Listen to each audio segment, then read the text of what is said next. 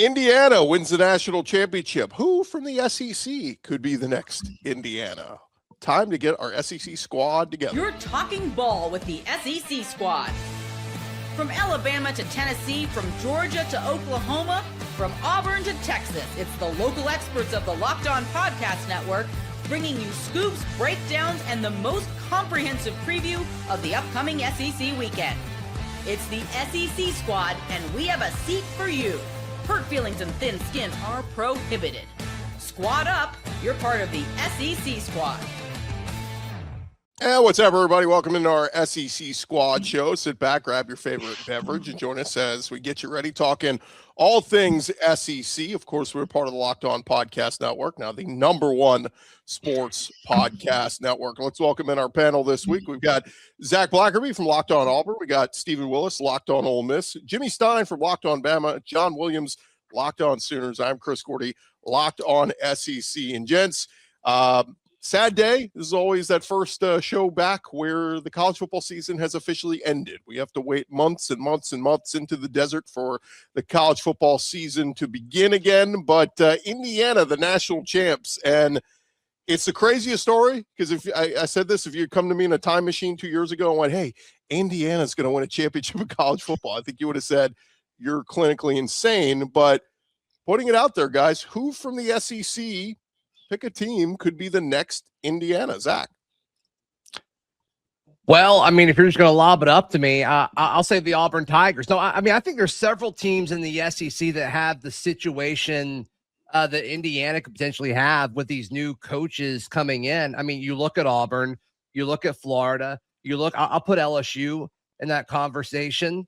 I mean, and even Ole Miss post Kiffin. I mean, we'll see if they can keep everything going, but all these schools have so much to throw at talent, and whether it's coaching talent or player talent, the resources and infrastructure is there at all of these places. So just from an Auburn point of view, just hearing the Auburn fans talk about like, oh, all the JMU guys followed Kirk Cignetti to Indiana. And we're seeing a similar thing with USF guys following Alex Golesh to Auburn. So, you know, that's obviously a fun comparison. But the big thing here is, like, I think a lot of these schools now that have these new coaches, they look at what happened in Indiana, and like all of a sudden you're filled with hope instantly. It's like, okay, if Indiana can do it, why can't a team who has won a national championship do it? Yeah, if you want a team rising from the ashes, by the way, it would obviously be the Kentucky Wildcats. If they made a run, that would be very synonymous. But honestly, the surprise team next season is not going to be the surprise team at all. It was the team that was the last in the SEC playoff hunt this year. They have the best quarterback, the best running back, and the best place kicker in the entire country. And that is very rare that you could say that potentially for Ole Miss. Yes, I do think Trinidad is going to be back taking snaps for Ole Miss next season. So I do think Ole Miss has the best chance to be the next SEC team that wins the national title.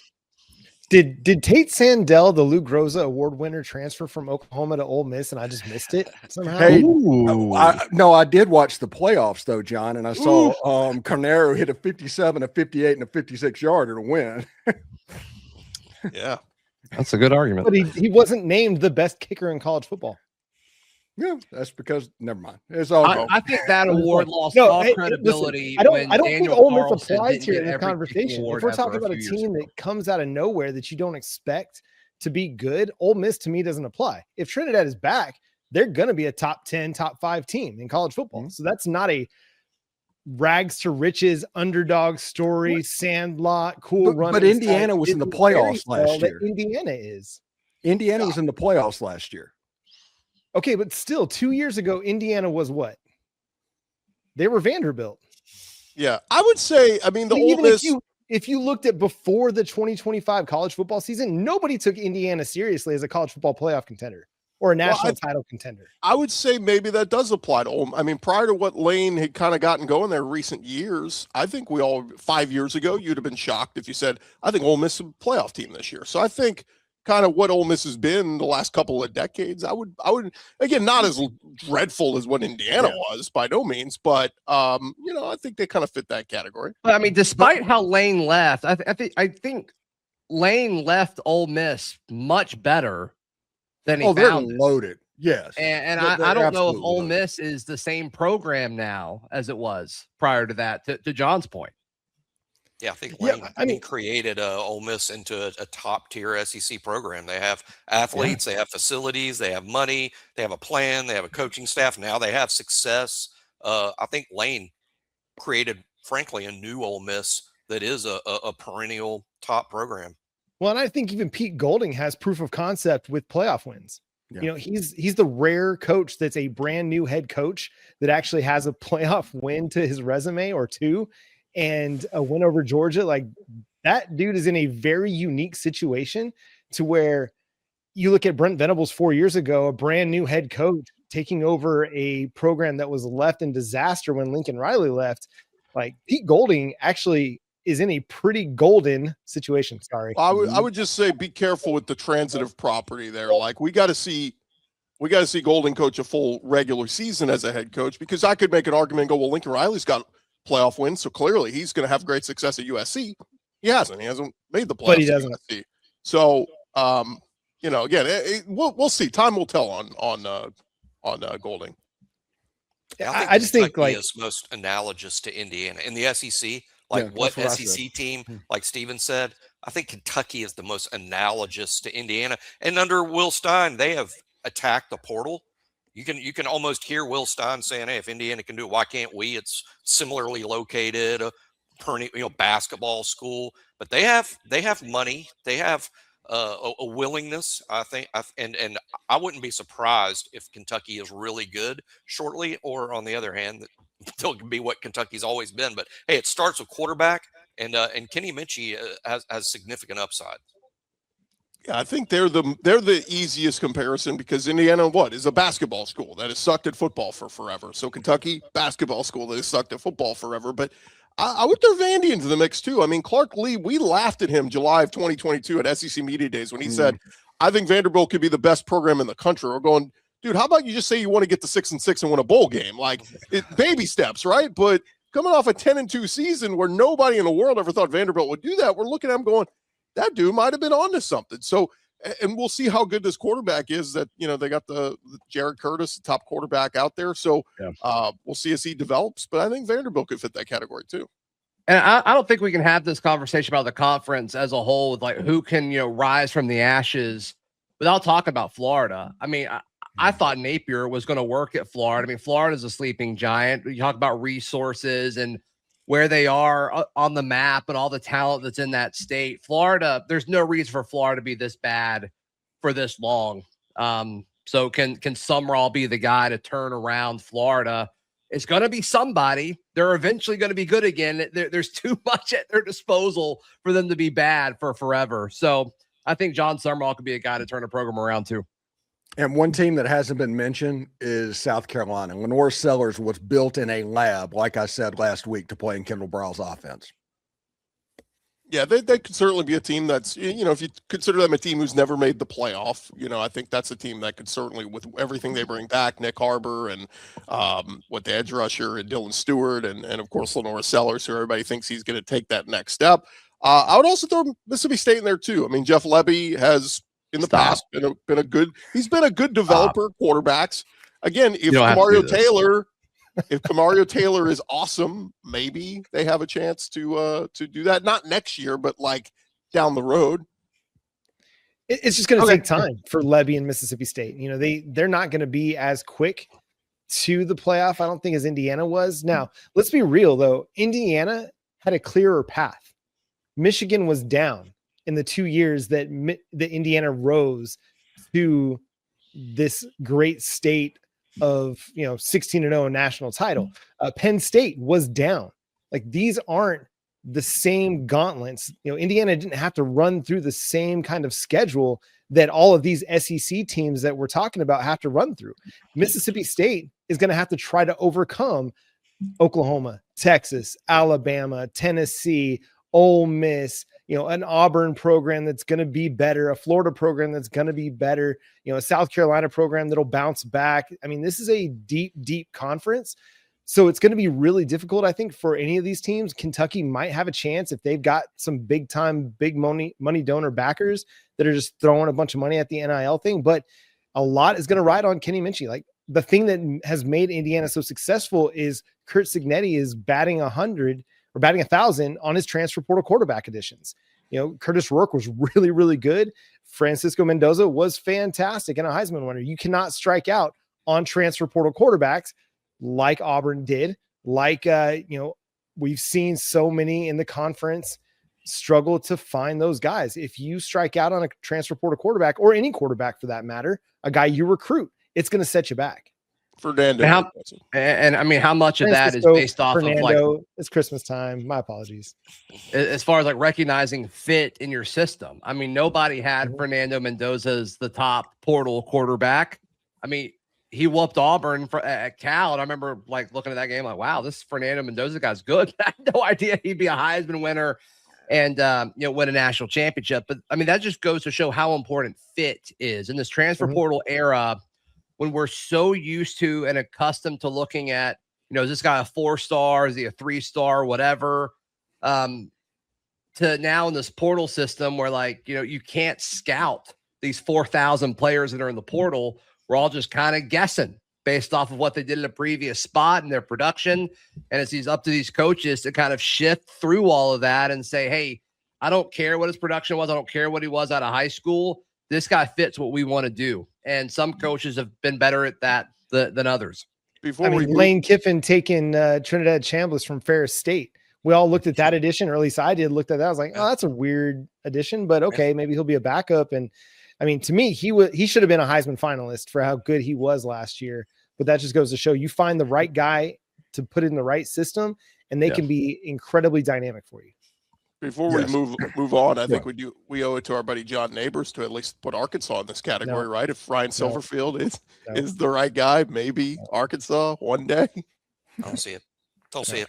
All right. I'm not going to let John have hope. We're not hey, 3 years ago, if I said, "What about Indiana?" All you guys would have been, "No, don't see it. Don't see it." No, they've opened the door for everything. It also takes a pretty special coach to do that, and I think what we found out is Curt Cignetti is pretty special as a coach. Yeah, I mean, even at James Madison, he was great, but was anybody running to, we'll see. Well, even when James Madison was FCS, he was getting to the championship game. He's won everywhere he's been.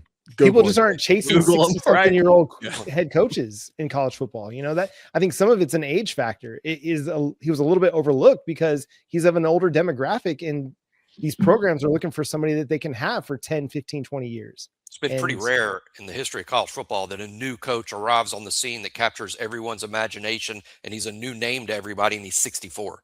Yeah. You don't often see that happen in the sport or any sport. When we return, guys, we talked a little bit on the transfer portal. I want to show you the latest rankings of the highest ranked player in the portal at all the SEC schools. We'll touch on that when we return. SEC Squad, talking more ball next. Hey, but first, guys, want to remind you about our friends over at TurboTax. Tax season doesn't have to take over your life, and this year, TurboTax is making it easier than ever to just hand things over and move on with your day. With TurboTax full service, you can have your taxes done for you by a trusted local expert, start to finish, without the stress or the guesswork. Don't be like Zach Blackerby where you're trying to do it on your own. Try to figure out all those forms on your own. It can be confusing. Meet with a local TurboTax expert in person or connect online. They'll handle everything from your W-2s to self-employed forms. They'll work to get you every deduction. You can upload your documents, go about your day, and get updates right in the TurboTax app. It is a huge time saver and gives you real peace of mind knowing an expert is handling it. For a limited time, you can have your taxes done by a local TurboTax expert for just $150 all in. If a TurboTax expert didn't file for you last year, just file by February 28th. Take taxes off your plate and get back to your life. Visit TurboTax.com/local to book your appointment today. All right, fellas, SEC Squad rolling along here. And I thought this would be kind of fun to take a look at. Everybody's vying for good portal additions and all this. And so I made a listing of the top, well, those are the top classes, but the top rankings of the highest rated player that every team has added through the portal. So take a look at our list, and I'll just ask you, look at all the names here. Which prospect intrigues you most in terms of a guy that's coming to the SEC this year? Well, he's not coming to the SEC, but Deuce Knight going to Ole Miss, I think, is fascinating. I mean, obviously, the Trinidad Chambers aspect of this throws in another wrinkle, and I think that would be the best case for Deuce and for Ole Miss. But let's assume just for a second that Deuce Knight has to be the guy. I mean, that's the $1 million question of, is he ready? Is he ready to go? Small sample size. We saw him look really good against Mercer at Auburn, obviously, last year. What does it look like in a new system and a new situation? Deuce Knight to me is fascinating, whether it happens this year or next year, depending on Trinidad. Jaheim Otis, who was at Alabama with Pete Golding, he can be a monster in that system and has been a monster in that system. And also, I think his name is Michael Boyro, the zero technique defensive lineman from Florida. Whenever you're getting the big boys in the middle, you're obviously spending money. Those are the two that I'm most excited. Deuce Knight, obviously, I am looking forward to a situation to where he is like learning under Trinidad how to actually play the position and all of that stuff. And the wide receiver, Jonte Cook, who was one of the better players at the Under Armour All-American game I've ever seen with my own two eyes. He hasn't worked out before. He has an unbelievably high ceiling, but he has to hit it. Those are the players that I'm probably most excited about.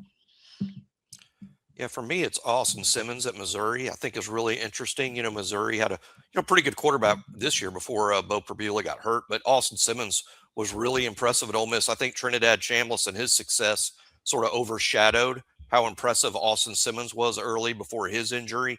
But I think Austin Simmons at Missouri is certainly interesting. Sam Leavitt at LSU, of course, is interesting. All the quarterbacks seemingly have played for Lane Kiffin have exploded on the scene. Sam Leavitt, a really impressive redshirt freshman year, not so good this past year, though affected by injury. But how good will Sam Leavitt be at LSU? Lane Kiffin seems to have the Midas touch with quarterbacks recently. I think what is fascinating is Texas just bringing in two running backs that could both be bell cow guys. And, Hollywood Smothers and Raleek Brown. I would have liked for Oklahoma to go after either of those guys to add to what they have is a pretty young running back room, and they got both of them. So I'll be really curious how that plays out because you only got so many footballs to hand off, and both those guys are dynamic, pass catchers out of the backfield as well. How is, Steve Sarkisian going to use those guys? It's going to be really fascinating to watch. But to me, the other one is just the Cam Coleman edition. I think you get Cam Coleman and Ryan Wingo together. And I know this is an Oklahoma guy giving Texas way too much praise, and I hate to do it, but they're big time additions. And it's going to be a test for everybody in every secondary in the SEC to try and figure out how to cover both of those guys. Just to vent for a slight second here. I mean, you think about how bad Auburn's offense was last season. And Deuce Knight, the highest rated guy for Ole Miss. Cam Coleman, the highest rated guy for Texas of all places. And then Eric Singleton, the highest rated guy for Florida coming in. It's just goodness gracious. What could have been if you had any sort of offensive coaching? Unbelievable. Yeah. It's almost like they had a bad coach with a bad offense. Another thing, Byron Brown not being ranked as high as Deuce Knight is crazy. Like, that is absurd. But whatever. I agree with that. Byron's too. He's far more. I know Deuce has a ton of upside, and we saw what he did against Mercer. But Byron Brown's been doing it for multiple seasons against Power 4 teams, not just the Group of 5 teams. I think I'm with Zach. That's nuts. I mean, some of these rankings are fun to look at, but they're also a little bit flawed because they take into account too much of what they were as a high school prospect, as opposed to what they are now. Like, I don't care that a senior was a 4-star prospect out of high school. That doesn't matter anymore. Tell me what he's done in college. It's just impossible though, because not everybody's production it should be weighted the same. It shouldn't. And with these high school rankings, I mean, these guys have been charted and scouted for years. I mean, Jimmy, I'm sure you can speak super well to that. Like this guy's a 3-star for forever, then he gets his 4-star, and that's a big deal. Like, you just have so much information about these guys. And then we're having to rank, 4,000 players in the span of like 2 weeks. It's impossible. We just got to guess. Two people. Yeah. Right. It's basically like ranking for the transfer portal is like PFF grades. There's just not enough people to do it. There's some context there that's useful, but like it's not doctrine for sure. Yeah, what we do in the industry in terms of a recruiting cycle, a recruiting class, you're talking about 14, 15 months of ranking those kids and the all-star games, and the commitments come out sort of slow. The transfer portal does it all in 2 weeks. Unbelievable. But the high school recruiting cycle takes 15 months.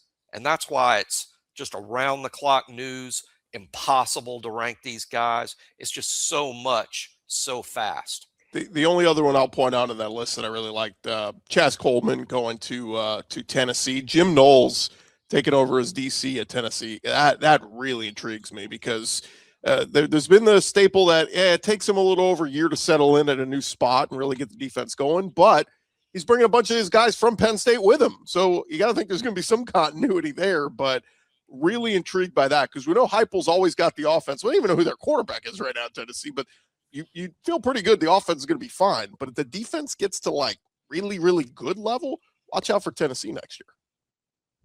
Interesting quarterback situation too. I guess they're likely going with the young guy, George McIntyre, certainly a highly regarded high school quarterback, but and they took a few swings in the portal, but they seem comfortable with McIntyre. Yeah. Any other thoughts on this, guys, before we move on? Oh, by the way, Zach, we created this graphic for you last week, Chris Marler. So feel free to use that however you see fit. We got a lot of them. Look, I think some of those South Florida guys are going to be impactful in the SEC. I really do. I mean, Byron Brown, Keyshawn Singleton, like, there's going to be some studs, I think, from South Florida. I mean, there's proof of concept from Kurt Cignetti about, hey, you bring guys that fit your system that have the same mentality. There's a chance that you can have a lot of success. I mean, we'll see if it happens for Auburn, but it worked for Indiana. They beat Florida. They won as many. They can go into that locker room and look at the guys who are returning and say, we won as many SEC games last year as you did, which makes me want to cry. But here we are. By the way, before Gordy goes to break everything, I do want to say props to Mississippi State. They've actually had a very good portal cycle that went through this time. And you look at it, Jeff Lebby's doing some work. They're not getting credit for it yet. And I know I'm the Ole Miss guy, but they're doing some work right now.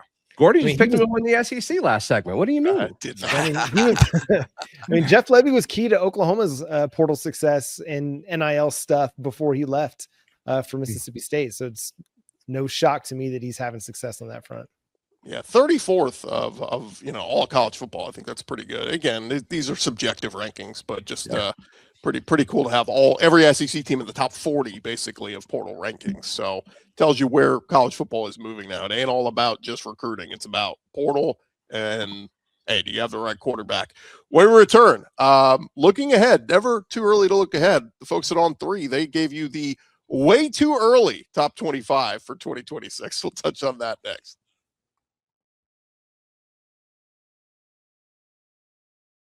All right, fellas, the guys over at On 3 Sports, they put together the way too early top 25 earlier this week. Let's take a look at it as, look, this is subjective, but it's a bunch of the guys over at On 3 who all got together and said, let's do some rankings. But they put Georgia number 2, Texas number 3, Ohio State was number 1, A&M 8, Oklahoma 10. I'm sure John Williams likes that. LSU under Lane Kiffin 12, Ole Miss all the way down at 15. They must think Trinidad's not coming back. Yeah, Jimmy Stein's Bama at 17. I don't think we've seen Bama that low in the preseason in a long time. Tennessee 20 and Florida jumping into the top 25. I think that's a little respect to John Sumrall. But what do you guys make of those rankings? Well, just about not as bad as some other. Go ahead, Jimmy. Right. Well, I would say just Alabama at 17. That's new. That's new since 2007, really. But just about everyone ahead of Alabama is returning their quarterback. So much of preseason rankings are about who's returning their quarterback. And a year ago, Ty Simpson was considered a very lowly ranked SEC quarterback going into the season before anybody had really seen him play. I think Alabama's going to suffer with that a little bit this year in terms of they feel good about what they have at quarterback, but it won't be respected by the national media until they see it. Yeah, those rankings aren't as bad as some of the other ones that I've seen. Like I've seen Michigan ahead of Oklahoma, and look, Kyle Whittingham's great, but it's a new coach, and he's still got a young quarterback. Like, this is a team that lost to Oklahoma last year, and we're going to all of a sudden put them ahead of the Sooners going into the way too early. But in these rankings, like, I have no problem with Oklahoma at 10. I feel like, anywhere from 8 to 12 would be about right for them. They've got to prove that they're going to take a step on offense, and that the defense is going to be able to be as effective as it was this past year, despite all the losses that we suffered on the defensive line. There are going to be some question marks around Oklahoma, but I think with what they've done in the portal, this team has taken a step offensively. Now it's just going to be time to go prove it on the football field. Yeah, I bet you if you looked at their subscriber numbers of different sites, you could probably match that up to the rankings as it's situated, because Notre Dame at 4 and Texas is way up there. I think all of the state of Texas is in the top 10 and all of that. It's way too early rankings, and nobody likes a list more than college football fans in January after the season's That's right. over. Let's go. Yeah. So it's fun. It's fodder, and it's content for all of our shows. So I like it. People love lists. So I said, Chris, you put that list back up, Chris. Look at when I'm what. So Julian Sands back at 1. Gunnar Stockton's back at 2. Arch Manning at 3. Carr at 4. Indiana's got a well-known transfer coming in, and Josh Hoover. Oregon's got Dante Moore back. Not sure what Texas Tech situation is. A&M returns Marcel Reed. Yeah, Sorsby at Texas Tech. Marcel Reed, at 8. Miami's apparently going to have Mensa. Oklahoma brings Mateer back. Michigan brings Underwood back. You just go through. It's just who's got their quarterback coming back dominates all of these type lists. Yeah. Penn State feels a little bit too high for me. Yeah, that's like somebody loves Matt Campbell, and they're like, oh, he's going to do awesome there. And I like Rocco Beck too, but that's a big jump in competition for them. Yeah. Yeah, I think that it's tough to do this. And again, that's why they say it's still way too early. I mean, guys, we're in January. Like, we haven't even seen what these teams look like in the spring. Hell, the portal's not even fully done. There's still hundreds of guys still in the portal picking their teams. I understand maybe not that many difference makers, but certainly a guy that could be a starting O-lineman, a starting wide receiver, still potentially out there in the portal. But it is just fun to kick around, because here's a few things we know.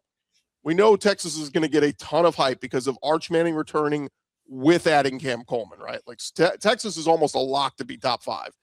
The Georgia one's interesting because, look, I've been the buyer in Georgia last few years, and I know they're back-to-back SEC championship winners, but they're also back-to-back Sugar Bowl losers. And Georgia, that I've picked as my national champion the last 2 years, I'm not doing it again this year because they've kind of fallen off from that pedestal. And so I don't know, automatically put Georgia's preseason top 2 just because Gunnar Stockton and some pieces are back. I don't know if I'm going to give them that much love. Yeah, to me, it's about the consistency with Georgia. Like, that's why I'm still going to be high on them, is because I haven't seen a lull out of that team. Yes, they haven't necessarily performed as well as you expect them to in the playoff games, but they're still getting deep into the playoffs, and they're finding their way to contend for national titles. It's just not reaching the pinnacle in the last few years, but they're still as consistent as anybody in college football.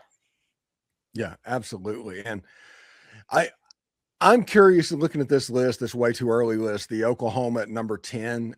What do they do with their offense next season? Same quarterback, same coordinator, not really any new names coming in the transfer portal. Are they thinking material is going to be that much better? That is my question at 10, just looking at this list. Yeah, I mean, they added Marion Harris, the right tackle from Arkansas, who was apparently their top rated portal addition. They added Trell Harris, who was an all ACC performer, had almost 900 yards receiving last year. Added Parker Livingston, who had 6 touchdowns for Texas and was Arch Manning's roommate, over 500 yards as a redshirt freshman. So they've made additions on the offensive side of the ball. Brandon Olson, our guy's favorite tight end, Hayden Hansen from Florida, Rocky Beers from Colorado State. They've really been aggressive, upgrading the offense and attacking needs, so that, hey, listen, even though we lost some guys on the defense, our offense is about to take a step, so the defense isn't having to carry us every single week like it had to in 2025. So no, they've been aggressive to try and get John Mateer some weapons. And I think they've been really successful at finding not just guys that can play, but a variety of types of guys that can play. And they brought back Isaiah Satania, who had almost 900 yards receiving and was an all SEC guy as well. So the offense should take a step to me, it's going to be more about what the offensive line does. Can they take a step? Because you were really, really young. They played 3 freshmen for a lot of this season, and it looked like that. They just weren't physically up to the task. Mentally, they were there. In a pass protection scheme, they were there. As run blockers, still had some ways to go. But hopefully this offseason of strength and conditioning gets them a little bit better footing as they attack the SEC in 2025 or 2026. Can I give you all the one I would flip out of here and put in? I would trade Florida for South Carolina. I think Lenora Sellers. I think that should be maybe 24-25, but I would maybe sneak in South Carolina into a preseason top 25 just because I think what a difference Kendall Briles will make with that offense. May regret saying that. Oh, and Christian Clark, the freshman running back from Texas that Longhorn fans loved. He's now at South Carolina. He rushed for 100 yards in the bowl game against Michigan. Yeah. I think that's fair. I mean, South Carolina was one of those teams that was just cursed by injuries this year and didn't really have a chance. Like Lenora Sellers, as good as he is, didn't have a chance because there was no offensive line to block for him. So if they have any kind of injury, good luck. They're going to be a bounce back team flirting with 8, 9, 10 wins. I don't think that they should be considered as highly as they were going into 2025, but they're going to be a team that's going to create some problems for some of these SEC teams, and they'll perform well in non-conference, and they've got one of the better quarterbacks in college football. So the's a chance, man. I don't think that's out of the question. They improved that O-line too. They got a lot of big portal pieces that they added. All right, fellas, as we wrap up, I want to thank our listeners for making us your first listen of the day. Thank you for making Locked On the #1 sports podcast network. If you haven't already, go check out our new Everydayer Club. We're talking access to your favorite Locked On show, ad-free audio feed for Locked On, and then also an invite to the members-only Locked On Everydayer Club Discord server where you can chat with us and ask any SEC questions you might have. It's $5 a month or $50 for the whole year at the LockedOnPodcast.com/Everydayer to learn more. For Zach Blackerby, Stephen Willis, Jimmy Stein, John Williams, I am Chris Gordy. This has been our Locked On SEC Squad Show. Talk to you guys next week.